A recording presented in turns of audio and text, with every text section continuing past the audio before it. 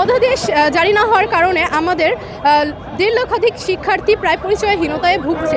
কারণ ঢাকা কেন্দ্রীয় বিশ্ববিদ্যালয় একটি প্রস্তাবিত নামকরণ, অধ্যাদেশ হলেই একমাত্র পূর্ণাঙ্গ বিশ্ববিদ্যালয় গঠিত হবে এবং ভিসি নিয়োগ হবে। অন্যথায় আমরা আমাদের কোনো গার্জিয়ান পাচ্ছি না। বাংলাদেশের একমাত্র স্মার্ট সিটি বসুন্ধরা এখন আরো নিরাপদ, আধুনিকতায় আরো এক ধাপ এগিয়ে।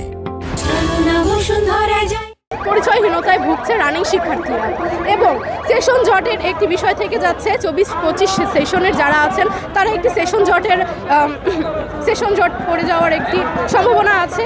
আজকে আমাদের মূল দাবি হচ্ছে দ্রুত সময় অধ্যাদেশ জারি করা এবং রাষ্ট্র আমাদেরকে একটি নির্দিষ্ট সময়সীমা বেঁধে দিবেন যেই সময়ে অধ্যাদেশ জারি করা হবে। আমাদের সাথে সকলে হচ্ছে অধ্যাদেশের বিরুদ্ধে না, অধ্যাদেশ চাই, কিন্তু মোটামুটি আমাদের মডেলের তারা অন্য মডেল চাচ্ছে। কিন্তু আমরা সাধারণ শিক্ষার্থীদের পক্ষ থেকে বলতে চাই যে মডেলটাই হোক না কেন, সকলে হচ্ছে অধ্যাদেশের পক্ষে, কিন্তু মডেলের মধ্যে অনেক পক্ষ এবং বিপক্ষ রয়েছে এবং আমরা সাধারণ শিক্ষার্থীদের থেকে বলতে চাই যে মডেল যেটাই হোক না কেন রাষ্ট্র সেটা বিবেচনা করবে যে সাধারণ শিক্ষার্থীদের জন্য কোন মডেলটা ভালো হবে এবং সেই মডেলই বাস্তবায়ন করে অধ্যাদেশ জারি করা হবে। এবং আমরা চাই যেন আমাদেরকে নির্দিষ্ট একটি সময়সীমা বেঁধে দেওয়া হয়। সরকার যেই মডেলটি বিবেচনা করবেন সেটাই আমরা মেনে নিব এবং দ্রুত অধ্যাদেশ জারি করতে হবে।